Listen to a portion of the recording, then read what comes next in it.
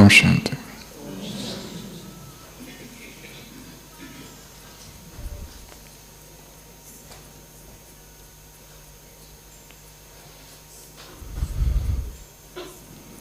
जीवन परिस्थितियों और घटनाओं का एक महान सागर है, जिसमें प्रतिपल नई नई बातें,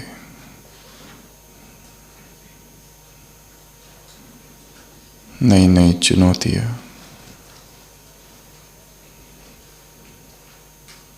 जो कभी अनुभव न की, न कभी देखी,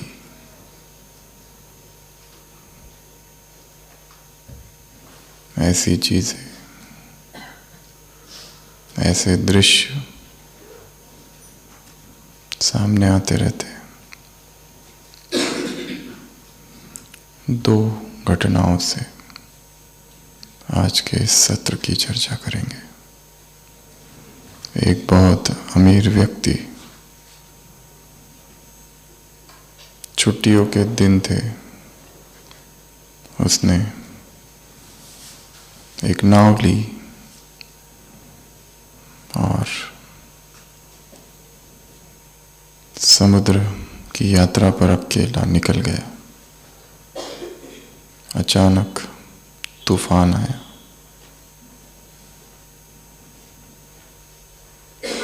नाव उलट गई। समुद्र के बीचों बीच था। उसके पास लाइफ जैकेट था। उसकी मदद से तैरते हुए वो एक टापू के पास पहुंच गया। भक्त था, भगवान को मानने वाला था, इसलिए भगवान का धन्यवाद किया कि हे प्रभु, आज तुमने मुझे बचा लिया।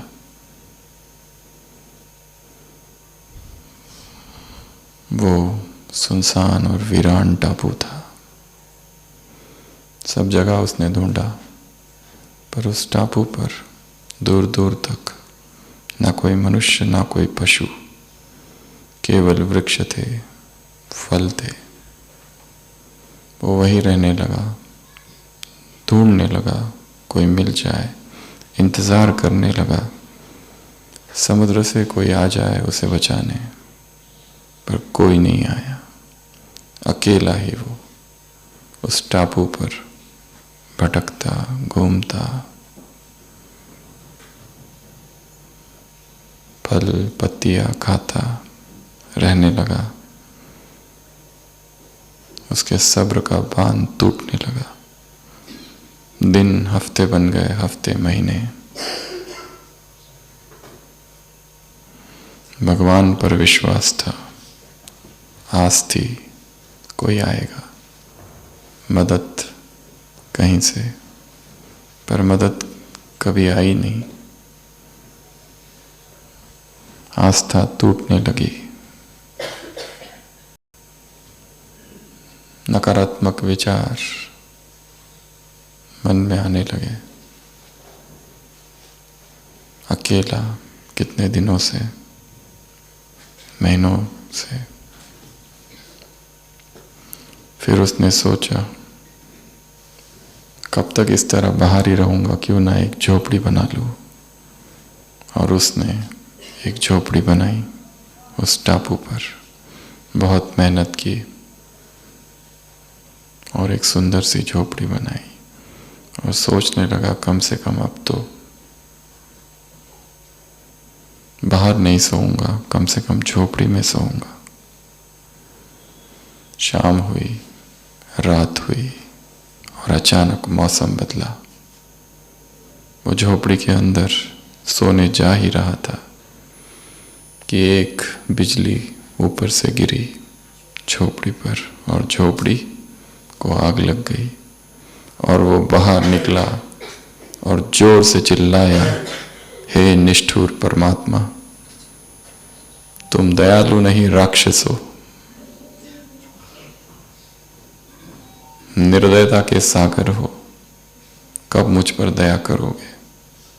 विपत्तियों का पहाड़ टूट पड़ा है और उस बीच एक झोपड़ी बनाई, वो भी तुमसे देखी नहीं गई, और जमीन पर गिर पड़ा और रोने लगा। तभी तो व्यक्ति भाग कर आए और उन्होंने कहा, हमने देखा कि इस सुनसान और वीरान टापू पर आग लगी है, जरूर कोई व्यक्ति होगा। अच्छा किया आपने अपनी झोपड़ी को आग लगा दी, नहीं तो हम यहां से आगे गुजर जाते। तब उस व्यक्ति की आंखों से आंसू बहने लगे। फिर से गिरा, आसमान की तरफ देखा और कहने लगा कि हे प्रभु, मैं तेरी लीला को नहीं जान पाया। जीवन में परिस्थितियां आएगी, समस्याएं आएगी, चुनौतियां आएगी, मुश्किलें आएगी, परंतु हर मुश्किल, हर चुनौती अपने साथ एक उत्तर लेकर आती है, एक अनुभव लेकर आती है। हर विघ्न से गुजरने के बाद हम वो नहीं रहते जो विघ्नों से पहले थे, हम आगे बढ़ जाते हैं। आज की मुरली में 6 बातें बताई है। अगर कोई परिस्थिति आ गई तो क्या करो? उसमें से एक पॉइंट है ड्रामा, वरदान से। 3 स्मृतियां।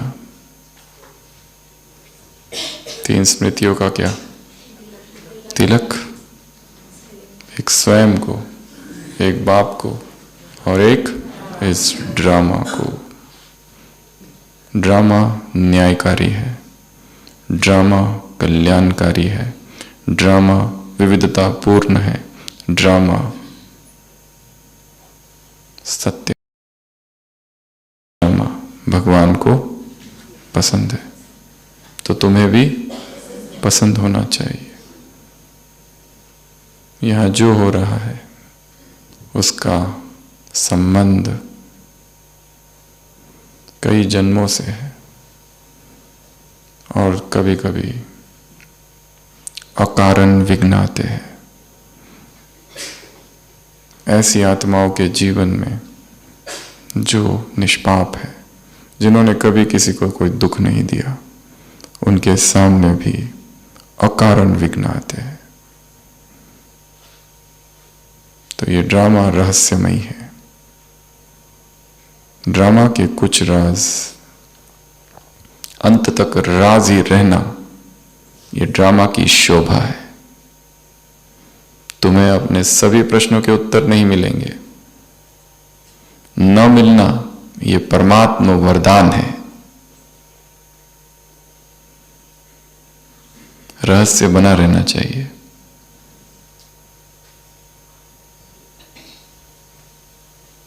A mystery enwrapped in enigma। रहस्य है, परतें है। जितनी परतें खोलो उतने नए नए रहस्य खुलेंगे। इसलिए जीवन में परिस्थितियां आएगी, विघ्न आएंगे, समस्या आएंगे। बाप कल्याणकारी है, युग कल्याणकारी है, मैं विश्व कल्याणकारी हूं, समय कल्याणकारी है, मेरा कल्याण हो नहीं सकता। जो कुछ हुआ या हो रहा है उसमें ही कल्याण छिपा है।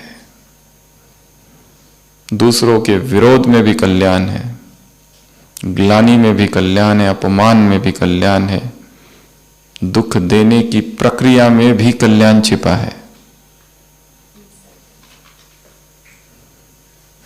तो 6 बातों में से 6वीं बात कौन सी है? ड्रामा। ये पहली घटना। महात्मा बुद्ध के जीवन में दिखाया है। महात्मा बुद्ध बैठे,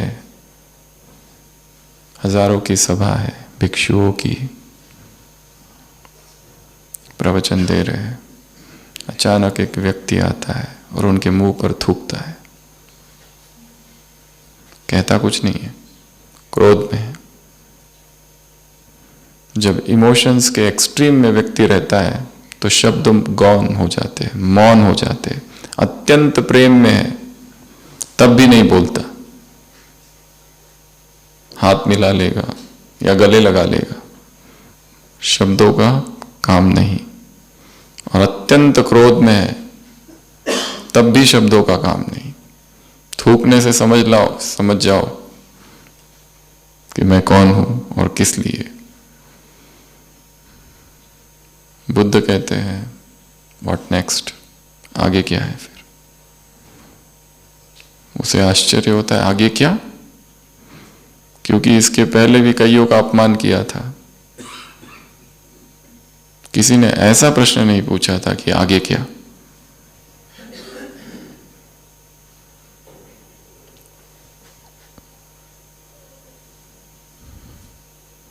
परंतु जो अनन्य शिष्य बैठे हैं, आनंद बैठा है और वो बाकी बैठे हैं सारे महाकश्यप,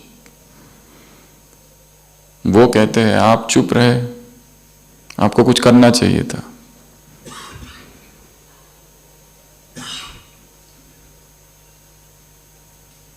वो व्यक्ति तो चला गया, परंतु बुद्ध कहते हैं मुझे उनके खिलाफ नहीं, तुम्हारे खिलाफ कुछ करना चाहिए, क्योंकि वो तो मुझे जानता नहीं है, तुम तो मुझे जानते हो।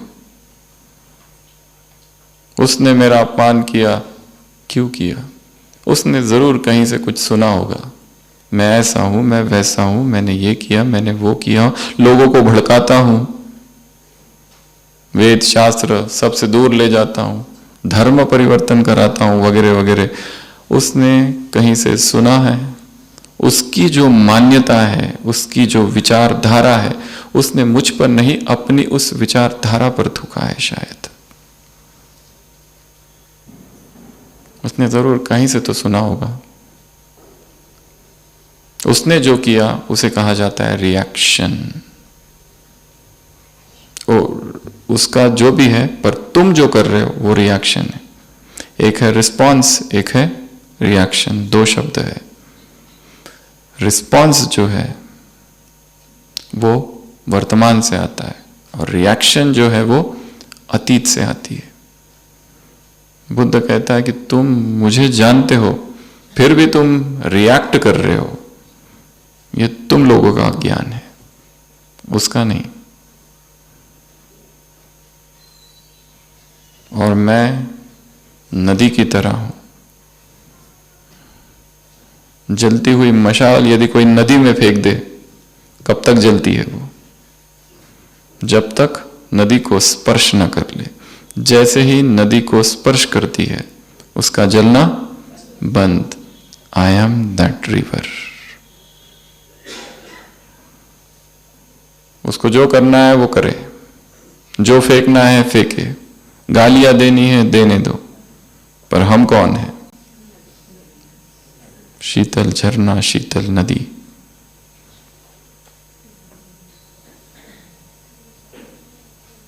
वो व्यक्ति रात भर सो नहीं सकता है, सोचते रहता है मैंने कुछ गलत तो नहीं कर दिया। दूसरे दिन फिर आता है, रोने लगता है, अब भी कुछ नहीं बोल रहा है, अब रो रहा है, अब भी मौन है, और फिर कहता है मुझे माफ कर दो। बुद्ध कहता है कौन किसको माफ करेगा?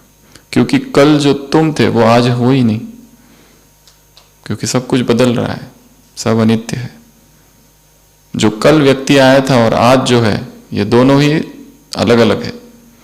उससे भी ज्यादा कल तुमने जिस पर थूका था वो मैं भी नहीं हूं, अब मैं भी बदल चुका हूं।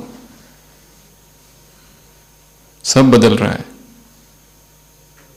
5 मिनट पहले क्लास में जितने लोग बैठे थे और अभी जो बैठे हैं वो अलग है। सब बदल रहा है, प्रवाह में है। वो हमारा दोष है कि हमने पकड़ के रखा है।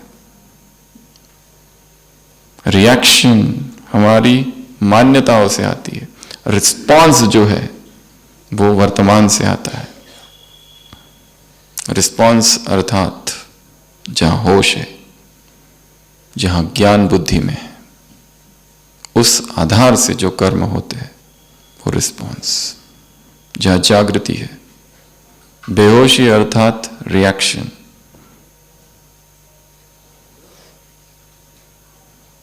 वेस्टर्न फिलोसोफर एडिंगटन कहता है, you can not step into the same river twice. एक ही नदी में आप दो बार पैर नहीं रख सकते। कैसे? पानी तो चला गया, पैर रखा, पैर उठाया, अब जो पैर रखा अब नदी बदल चुकी है, पानी बह गया। उसी तरह इस जीवन में भी सब कुछ बदल रहा है, जीवन बदल रहा है, क्षण बदल रहे, आगे बढ़ रहे हैं। हमारे दूसरों के लिए जो मान्यताएं है वो बदल रही है, और हमने अगर एक मान्यता को पकड़ के रखा है, हमने उस व्यक्ति को क्रोध करते हुए देखा था, 10 साल हो गए, वो कहां से कहां निकल गया है, पर हमने मन में पकड़ के रखा है ये ऐसा है। Changing changing changing. तो आज की मुरली में 6 बातें हैं। सबसे पहला, कोई इंसल्ट करे, कोई गाली दे, कोई दुख दे, कोई डिसरिस्पेक्ट करे, सबसे पहला काम फॉलो किसको करना है? बाप दादा। सुख देना, सुख लेना, टू फॉलो फादर। तो आज की मुरली से homework number 1, follow father challenge. कितने दिन के लिए? 7 दिन के लिए, ज्यादा नहीं, केवल 7 दिन। 7 दिन के बाद नई मुरली आएगी। फॉलो फादर कितने दिन? 7 दिन। ये चैलेंज है।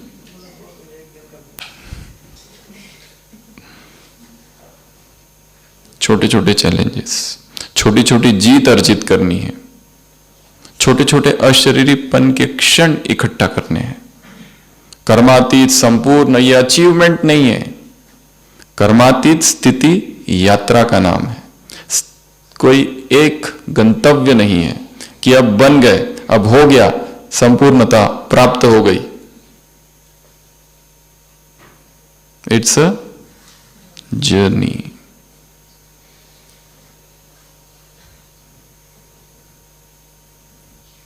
इंस्टॉलमेंट्स, छोटे छोटे टुकड़े किश्तों किश्तों में जमा करनी है।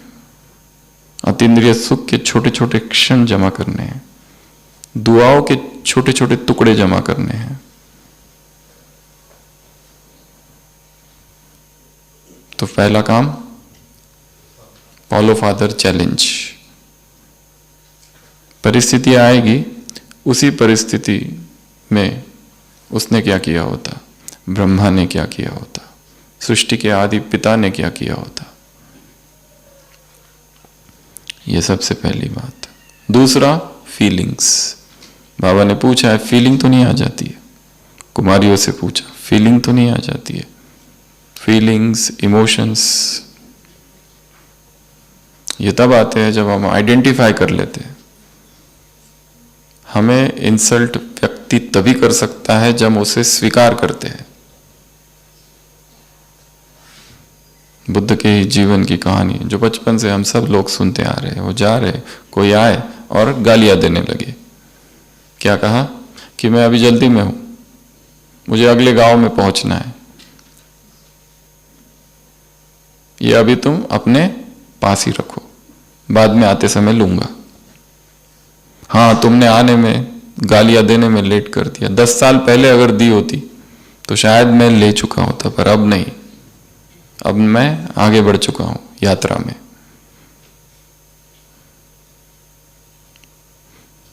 तो दूसरा, ये जो फीलिंग्स है, दुख होना, ये तब होगा जब हम हमारे जीवन का बटन कोई और प्रेस कर रहा है, कंट्रोल किसी और के हाथ में दिया है, वो डिक्टेट करते हैं। हम मशीन है, वो कंट्रोल कर रहे हैं। उधर से दबाते हैं तो खुश, उधर से दबाते हैं दुख तो हम दुखी, उधर से आके महिमा, इतनी महिमा करते, इतनी महिमा करते, तुम योगी हो, तपस्वी हो, तुमको देख के एकदम ब्रह्मा का साक्षात्कार हो जाता है। और क्या का किसका किसका होता है। कितने दिन रुकने वाले हो मधुबन? ये सबके सामने जरूर बताना, बड़ी सभा में, बीच में बताना, शुरुआत में नहीं, तब तक लोग आते नहीं है, और लास्ट में भी नहीं, तब तक चले जाते, बीच में।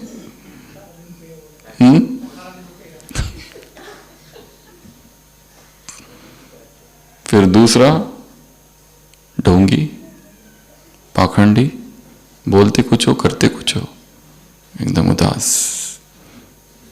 बटन उधर है उसकी जेब में, वो डिसाइड करते हैं हमारा मूड कैसा रहेगा।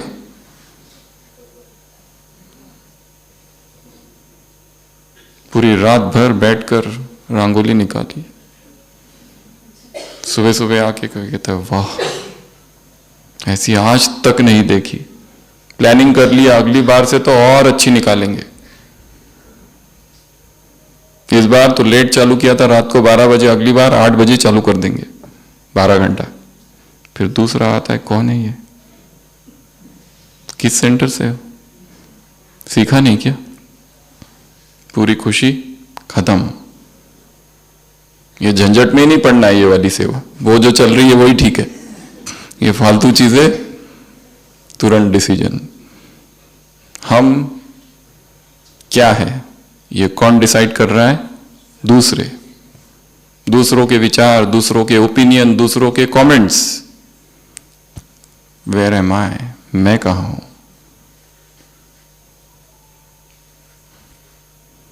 अच्छे कर्म किए उसके लिए मुझे दूसरों का सिग्नेचर चाहिए, वैलिडेशन चाहिए, सर्टिफिकेट चाहिए कि तुमने अच्छी सेवा की है। तब तक बेचैनी है कि नहीं की मुझे पता नहीं है।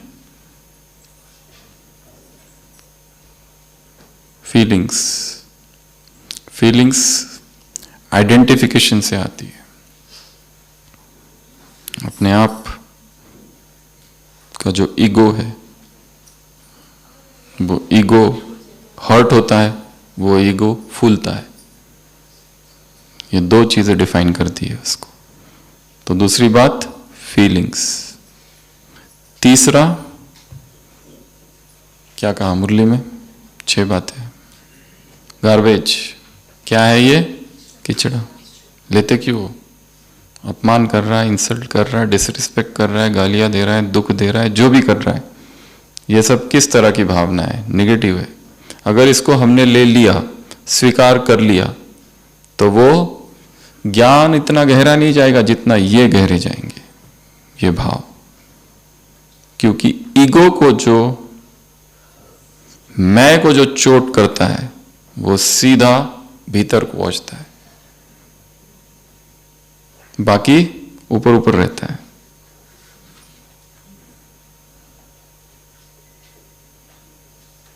जहां शॉक लगता है वो गहराई में जाता है। आदत बनने को कितना समय लगता है? 21 दिन लगते हैं, 7 दिन लगते हैं, 90 दिन लगते हैं, 1 साल लगता है। सब आंसर झूठे। यहां पे ये लाइव है, इसको हाथ लगाया और करंट लग गया। अगली बार न लगाने की आदत को कितना टाइम लगा? 1 सेकेंड। आदत बन गई अभी कि इसको हाथ नहीं लगाना है, कितना टाइम लगा? 1 सेकेंड। क्योंकि ये जो झटका लगा था, अमृत वेला उठ रहे, कभी उठ रहे, कभी नहीं उठ रहे, कभी कर रहे, कभी नहीं कर रहे, नींद में आधे, अभी तक आदत नहीं, और झटका कहां लगा? डेंजर। वो झटका जब लगेगा ना, तभी आदत उस इंटेंसिटी वाली बनेगी, नहीं तो ढीला ढाला ढीला ढाला। कुमारों से बाबा ने मुलाकात की, कुमारियों से मुलाकात की, एक व्रता, प्रतिज्ञा, आदत। तो क्या चाहिए? शॉक। कोई इंसल्ट कर दे, उसके प्रति मन में भय बैठ जाता है। कितना टाइम लगा भय बैठने को? 1 सेकेंड। पर जो तारीफ कर रहे हैं उसके प्रति इतना नहीं होता है, क्योंकि वहां शौक नहीं है। तारीफ किए और चले गए, कोई ज्यादा मन में नहीं रहता है। पर इंसल्ट डीप, क्योंकि उसमें शौक है। तो सबसे पहली बात बताई, बाप दादा को फॉलो करो। दूसरा, फीलिंग से ऊपर। ऐसा नहीं कि फीलिंग को नष्ट कर देना है, फीलिंग को खत्म करना है, फीलिंग को दबा देना है। अपने फीलिंग्स को प्रशिक्षित करना है। Education, emotional intelligence. अपने फीलिंग्स को स्वीकार करना है बिना जजमेंट के। दुख हुआ, सबको ही दुख होता है। ऐसा नहीं है कोई संसार में जिसको दुख नहीं होता है। कोई अपमान करे और दुख ना हो, सभी मनुष्य हैं। फीलिंग्स है, फीलिंग्स के पुतले हैं, उसको स्वीकार करो और उसके आगे बढ़ो। मार्ग 2 है, फीलिंग्स, दुख, दिल शिकस्त, दुख में डूब जाना। दूसरा, उससे सीखना और आगे बढ़ जाना। तीसरा बताया, किचड़ा स्वीकार नहीं करना है। चौथी बात, मुरली से क्या? सहनशीलता की देवी हूं, सहनशीलता का देव हूं। यह भी एक अभ्यास है।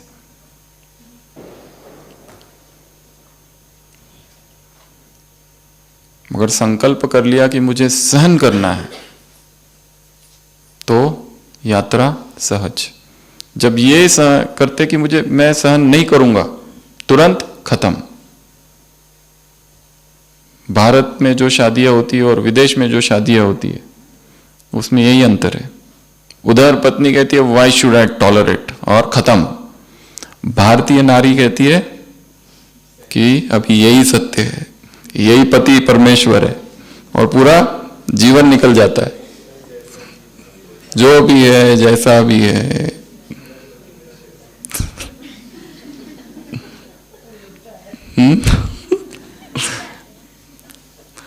मॉडर्न में उल्टा हो गया होगा, पर हम परंपरा में जो चल रहा है उसकी बात कर रहे हैं। तो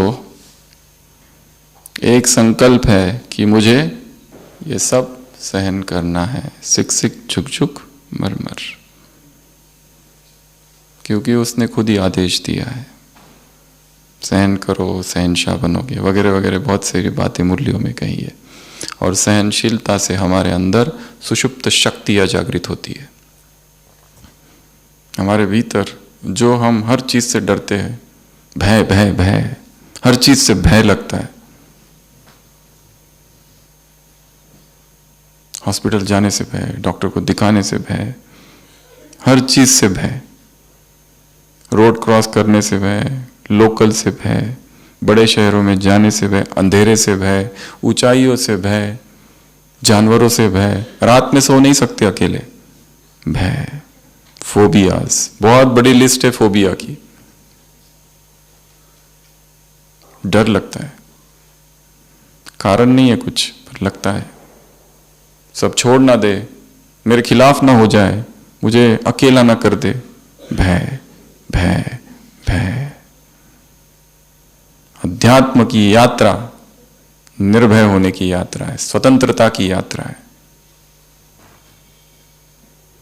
अकेले हो जाने की यात्रा है।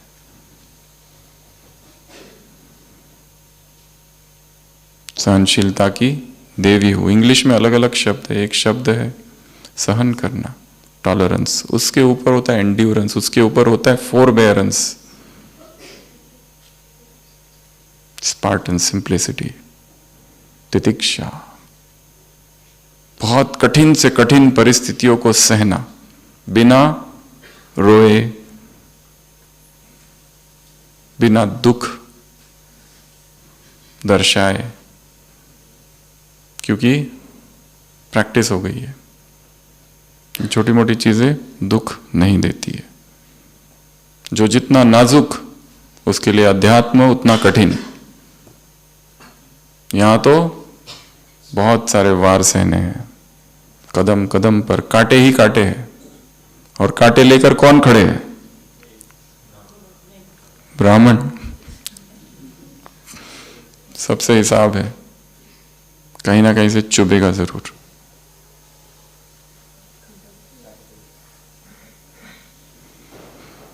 कितने हो गए? 4। पांचवा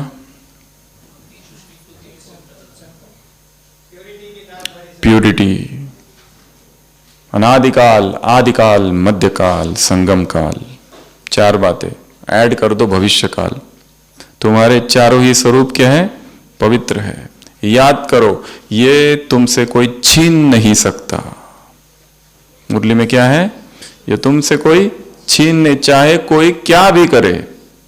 इन्वर्टेड कॉमा आज की मुरली, चाहे कोई क्या भी करे, ये पवित्रता की रॉयल्टी, पवित्रता की पर्सनैलिटी तुमसे कोई छीन नहीं सकता। जब परमधाम में हो तो विशेष हो, चमक, झलक, फलक सब विशेष। सतयुग में हो विशेष, मध्यकाल में हो विधि पूर्वक पूजा, झलक, फलक सब विशेष, चित्र विशेष। संगम पर प्यूरिटी की पर्सनैलिटी हो, प्यूरिटी की रॉयल्टी सब विशेष। इसको याद करो। धर्मनेता, राजनेता, अभिनेता, या अभिनेता को भी देखो कितने अचल रोल रहते हैं, कितना कुछ कुछ लिख के आते हैं उनका खिलाफ, बुरी तरह से कमेंट्स करते हैं। तारीफ होती है तो बहुत ज्यादा, परंतु गिराते भी है बहुत उतनी ही बुरी तरह से। वो दुखी होते हैं क्या?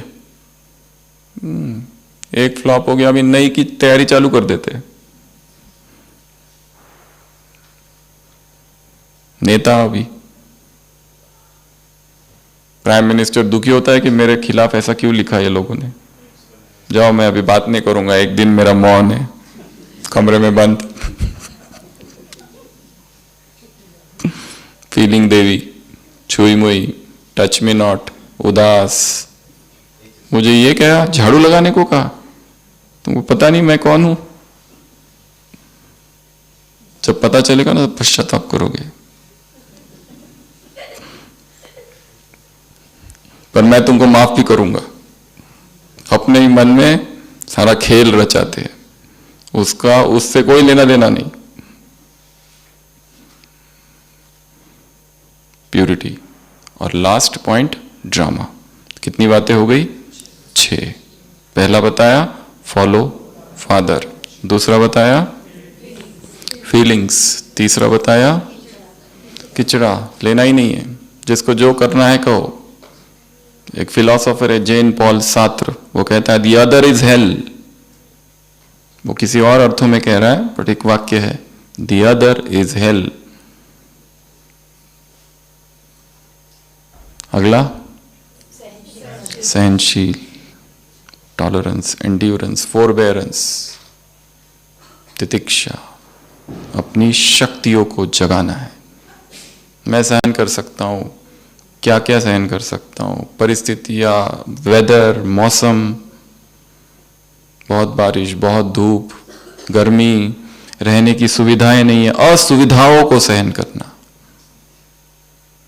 जैसा चाहा था, मनपसंद वो नहीं मिला,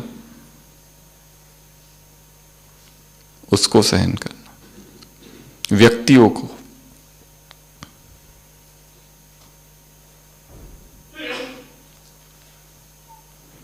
एक पति है, पत्नी है, सो रहे, पति खर्राटे लेता है जोर जोर से, जोर जोर से। पत्नी से कहता है कि तुम्हें डिस्टर्ब नहीं होता? मुझे पता है मेरे खर्राटे पूरे कमरे में गूंजते हैं। तभी तुमने आज तक कभी कुछ नहीं कहा। वो कहती है कि आज जब हम पार्टी में गए थे तो तुम्हारा दोस्त अपनी पत्नी की कितनी बुराई कर रहा था सबके सामने, तुमने कभी नहीं किया, इसलिए चलेगा। ओके।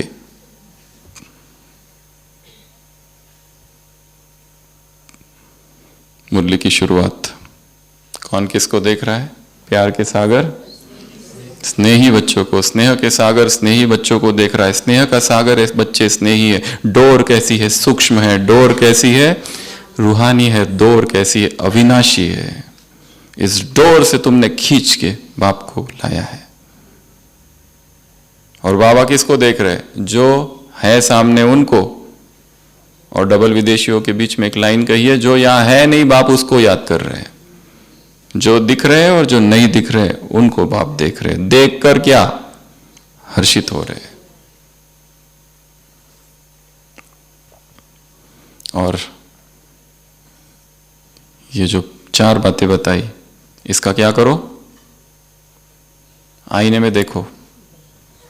तो आज की मुरली से होमवर्क नंबर 2, मिरर में देखना है 1 हफ्ता, अपने थॉट्स और इमोशंस के मिरर में, अपने विचार और भावनाओं के मिरर में देखना है प्यूरिटी कैसी है। बाबा ने कहा दर्पण में देखो, ये काम करो।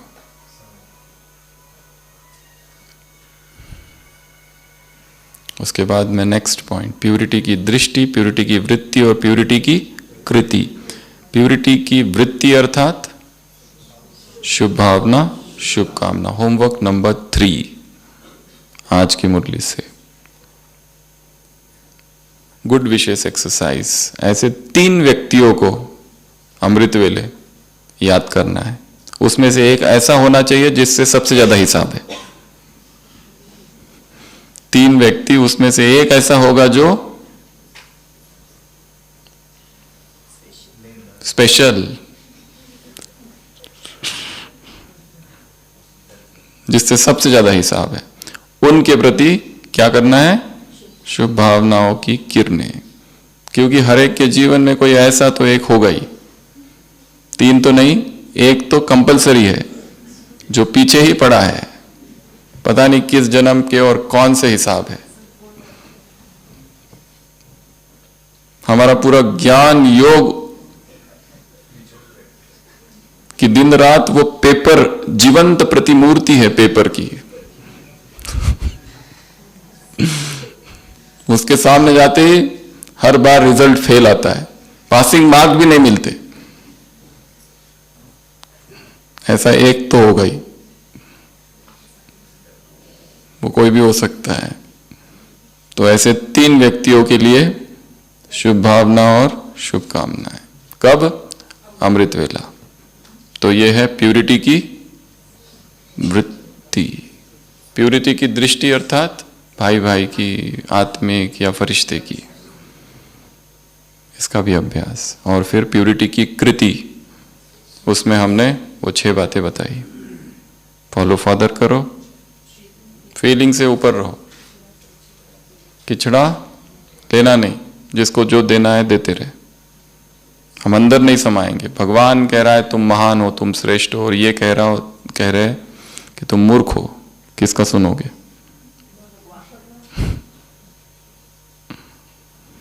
अगला सहन करना, अगला प्यूरिटी, और अगला ड्रामा। तो ये थी दृष्टि, वृत्ति और कृति। कुमारों से मुलाकात। क्या कहा? प्रतिज्ञा। अपनी प्रतिज्ञा को नहीं भूलना। जब तक ब्राह्मण जीवन है तब तक प्यूरिटी में चलना है। कुमारियों से मुलाकात। क्या कहा? एक व्रता। और जो कुमारियां अभी है वो टीचर्स बन जाएगी, आगे कहा सेंटर्स संभालेगी। मुरली कब की है? 2002 की। जो उस समय कुमारियां थी और अब सेंटर संभाल रही है, उनको बहुत खुशी हुई होगी ये मुरली पढ़कर। जो उस समय डायमंड हॉल में बाबा के सामने बैठी है। तो कुमारों से मिल रहे हैं, कुमारियों से मिल रहे हैं, गृहस्थियों से मिल रहे हैं, युगलों से मिल रहे हैं। बाबा कहते हैं मैं भी युगल मूर्त हूं। कुमारियों को कहते हैं कुमारियों का मैं कौन हूं? गोपियों का गोपी वल्लभ हूं। कुमारों से कहते हैं जैसे तुम कुमार है मैं भी कुमार हूं। शिव बाबा कुमार है कि नहीं? कोई है क्या ऊपर उसके साथ? कुमार BK शिव बाबा।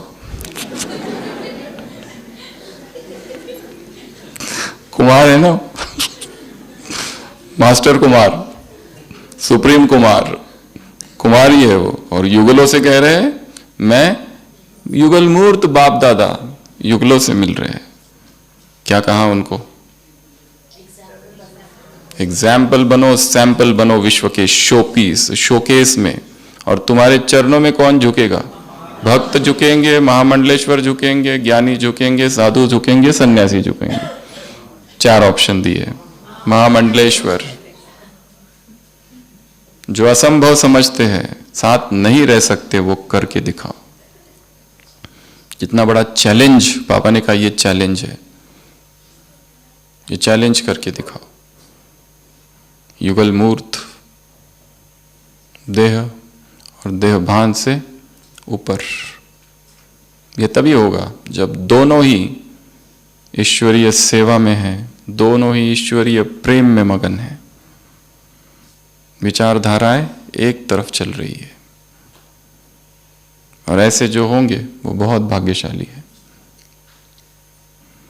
तो फिर उसके बाद में किससे मुलाकात की? विदेशियों से मुलाकात, टीचर से। हाँ, टीचर्स को क्या कहा? अपने फीचर से फ्यूचर, और अपने फीचर से फरिश्ता स्वरूप दिखाई दे। और क्या कहा? और क्या कहा? सर्वव्यापी की पॉइंट है, पावरफुल। हम में कौन दिखाई दे? बाबा दिखाई दे। तो ये सर्वव्यापी की धारणा किसने फैलाई? हम ही है वो कल्प्रिट्स। भक्तों का इसमें कोई दोष नहीं, क्योंकि तुमने ही अपनी स्थिति को इतना ऊंचा कर दिया कि तुम में ही भगवान दिखाई देने लगा।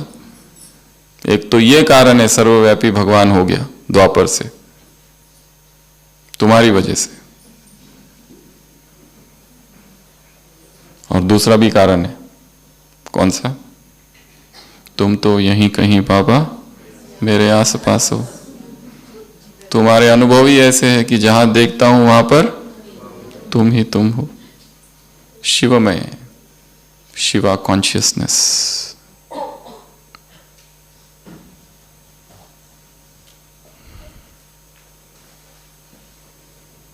तो टीचर से मुलाकात, उसके बाद में विदेशियों से मुलाकात। क्या कहा? स्पेशल क्या? स्पेशल क्या? स्पेशल प्यार। और क्या कहा? टीचर्स के लिए और एक बात कही है, शुरुआत में एक लाइन है, क्या है? टीचर के बिना गति नहीं है।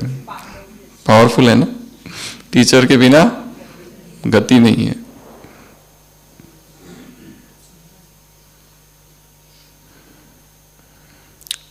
उल्हाना पूरा किया किसने?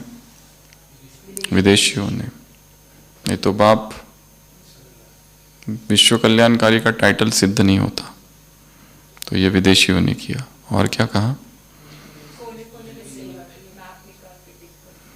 उससे पहले दादी जानकी से। ये थकाना नहीं है, बाबा ने क्या, फिर भी थकाओ थोड़ा कम, पर फिर भी ये थकना नहीं है। ये क्या है? डैश है, मजेदार नहीं, मौज। ये क्या है? मौज है। तो सेवा कैसी लगे? मौज बन जाए। एक भी विश्व का कोई ऐसा कोई देश ना रहे कि जहां पर संदेश ना दिया हो। ये मुरली की लाइन है। उसी तरह सोचना, जहां हम रहते, जिस शहर में रहते, जिस गांव में रहते, वहां पर एक ऐसा कोई घर ना बचे जिसमें हमने संदेश न दिया हो। इसलिए अपना जो शहर है, गांव है, उसका नक्शा निकालो और देखो कहाँ नहीं पहुंचे। कौन सा मेडिकल कॉलेज है, कौन सा डेंटल कॉलेज है, इंजीनियरिंग कॉलेज है, कौन से वर्ग के लोग बचे हुए, लेबर क्लास, रिक्शा वाले, कौन है जो बचे हैं। ये काम करना है। ये है अगला होमवर्क आज की मुरली से,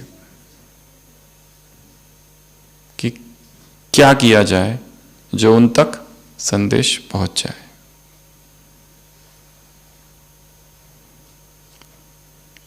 तो ये एक काम, और एक काम है इस मुरली से। बाबा क्या देख रहे हैं सिर पर? ताज। तो एक ताज बनाना है। कौन सा ताज? प्योरिटी का ताज। जिन्होंने आज तक कभी बनाया नहीं वो बना सकते हैं। प्रॉपर ताज बना के पहन लेना है और अपनी फोटो भी निकाल के रखना है। ये एक होमवर्क। और एक होमवर्क है इस मुरली से, प्यूरिटी का सिंबल, प्यूरिटी का एक चिन्ह अपने पास रखो। क्या क्या चिन्ह है प्यूरिटी के? बहुत सारे चिन्ह है, वो नहीं, स्थूल चिन्ह संसार में जो माने जाते हैं, लोटस, और वो चिन्ह अपने पास रखो। जब भी मन में विकार आक्रमण करे उस चिन्ह को निकालो और उसको देखो। वो शंख हो सकता है एक, और क्या क्या, कड़ा, दो, तीसरा, चलो होमवर्क 21 चिन्ह प्यूरिटी के। संसार में बहुत सारी चीजों के लिए प्यूरिटी के चिन्ह हैं, जैसे कबूतर प्यूरिटी का चिन्ह, जैसे मोर प्यूरिटी का चिन्ह, जैसे स्वस्तिक प्यूरिटी का चिन्ह, जैसे ओम प्यूरिटी का चिन्ह, जैसे हंस प्यूरिटी का चिन्ह, जैसे जनेऊ प्यूरिटी का चिन्ह, जैसे कंगन बोल दिया, मोर का पंख वो भी प्यूरिटी का चिन्ह, या फिर फूल, कोई भी फूल प्यूरिटी का चिन्ह, या फिर छोटा सा बच्चा है हंस रहा है, निरागस बालक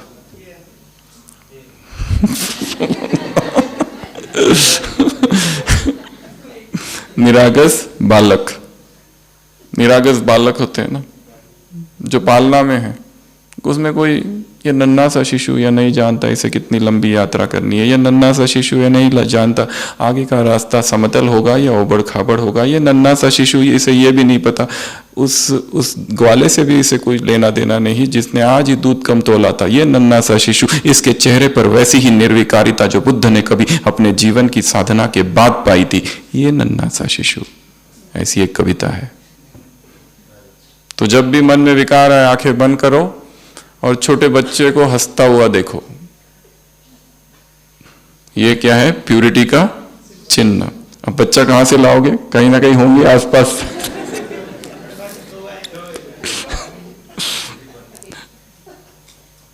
जितने छोटे हो उतने अच्छे,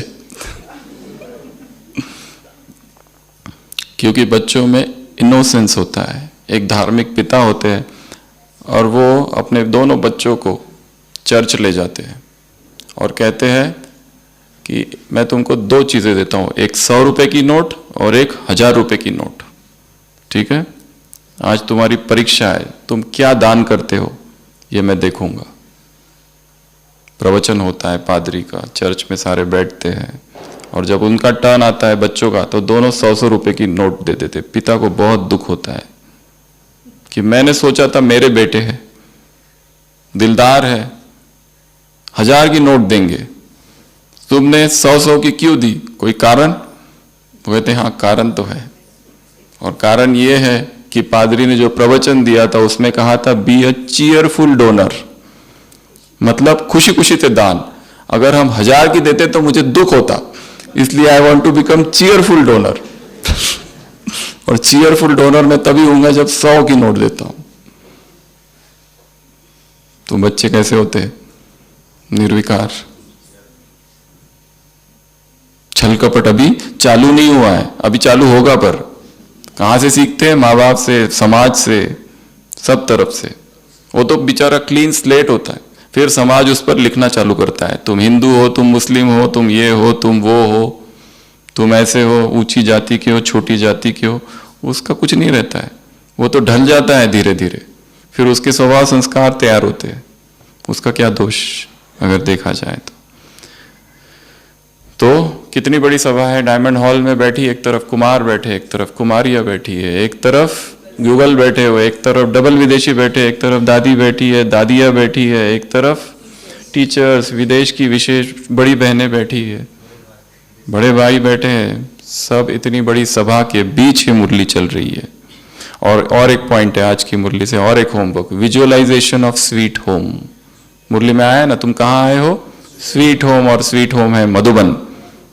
तो 24 घंटे में एक बार आंखें बंद करो और मधुबन का चक्कर लगाओ। जो मधुबन में रहते हैं वो भी विजुअलाइज करना, देखना आंखों से। अभी मैं कुटिया में हूँ, अभी मैं हॉल में हूँ, हिस्ट्री हॉल में हूँ, अभी मैं बाबा के कमरे में, अभी मैं शांति स्तंभ में हूँ, अभी मैं आंगन में हूँ। आंखों से देखना, विजुअलाइजेशन ऑफ स्वीट होम, ये भी अभ्यास करना। एक लास्ट होमवर्क मुरली से, 3 एक्सरसाइजेस जो वरदान में है। बाप को याद, स्वयं को याद, बाप को याद और ड्रामा को याद। 3 रिमेंबरिंग एक्सरसाइजेस। कितना दिन करना है ये सारा काम? 1 हफ्ता। और इसके लिए कल सुबह अमृत वेले के बाद इस मुरली को एक बार फिर से पढ़ना, ठीक है? इससे पहले कि नई मुरली हाथ में आ जाए, एक बार इसको रिवाइज करना। ऐसे प्यूरिटी की रॉयल्टी वाले, ऐसे कौन सी दृष्टि, कौन सी बुद्धि और कौन सा शीतल मन, शीतल अलौकिक, और बुद्धि रहम दिल बुद्धि वाले। ऐसे चेहरे और चलन से प्यूरिटी की पर्सनैलिटी, प्यूरिटी की रॉयल्टी, ऐसी प्यूरिटी की झलक, फलक, चमक, नशा, रूहानी नशे वाले। ऐसे ऐसे 3 स्मृतियों का तिलक लगाने वाले। ऐसे अचल अडोल रहने वाले परिस्थितियों में। ऐसे सहनशीलता के देव और सहनशीलता की देवियां। ऐसे मास्टर ब्रह्मा मुरली में है क्या ये? ऐसे फीलिंग प्रूफ। ऐसे स्वीट रोम का चक्कर लगाने वाले। ऐसा सदा मौज में रहने वाले। ऐसे फीचर से फ्यूचर को प्रत्यक्ष कराने वाले, अपने फीचर से फरिश्ता स्वरूप दिखाने वाले। ऐसे पवित्रता की प्रतिज्ञा लेने वाले। ऐसे पवित्रता के जीवन में चलने वाले। ऐसे एक व्रता। ऐसे ऐसे महामंडलेश्वरों को अपने चरणों में डिगाने वाले। ऐसे युगल मूर्त। ऐसे ऐसे दर्पण में अपने मन को, अपनी भावनाओं को देखने वाले, परसेंटेज को देखने वाले, झलक को देखने वाले, फलक को देखने वाले। ऐसे ऐसे प्यूरिटी का ताज पहनने वाले। ऐसे स्नेही बच्चों को, ऐसे रूहानी अविनाशी सूक्ष्म डोर से बाप को भी खींचकर नीचे लाने वाले। ऐसे सभा में बैठे हुए और सभा में न बैठे हुए। ऐसे जो जाकर सेंटर इंचार्ज और सेंटर संभालने वाली बनने वाली है। ऐसे ऐसे विश्व कल्याण कर हर एक तक बाप का संदेश पहुंचाने वाले। ऐसे घर जाके ढीले ना बनने वाले। ऐसे होमवर्क करने वाले। ऐसे होमवर्क मुरली से निकालने वाले। ऐसे दूसरों को होमवर्क देने वाले। ऐसे खुद भी होमवर्क करने वाले। ऐसे फॉलो फादर। ऐसे ऐसे कम थकाने वाले। ऐसे थकान भी मौज बन जाए, सेवा भी मौज बन जाए। ऐसे एक स्थान भी ना छोड़ने वाले, कोई भी देश छूटे ना, स्वयं में बाप दिखाई दे, स्नेही मूर्त। ऐसे सर्व की गति, दृष्टि वृत्ति कृति में प्यूरिटी की पर्सनैलिटी। ऐसे शुभ भावना शुभ कामना वाले। ऐसे क्या देखने वाले? रूहानी नजर वाले, या फिर भाई भाई की दृष्टि, या फरिश्ता देखने वाले, आत्मिक दृष्टि वाले। और वो सारी 6 बातें। तुम्हारी प्यूरिटी कोई छीन नहीं सकता, ये भी कहा है मुरली में। तो आदिकाल, अनादिकाल, मध्यकाल और संगम काल और भविष्य काल में भी पवित्र रहने वाले बच्चों को बाप दादा का याद प्यार, गुड नाइट और नमस्ते। हम रूहानी बच्चों की, रूहानी बाप दादा को याद प्यार, गुड नाइट और नमस्ते। ओम शांति।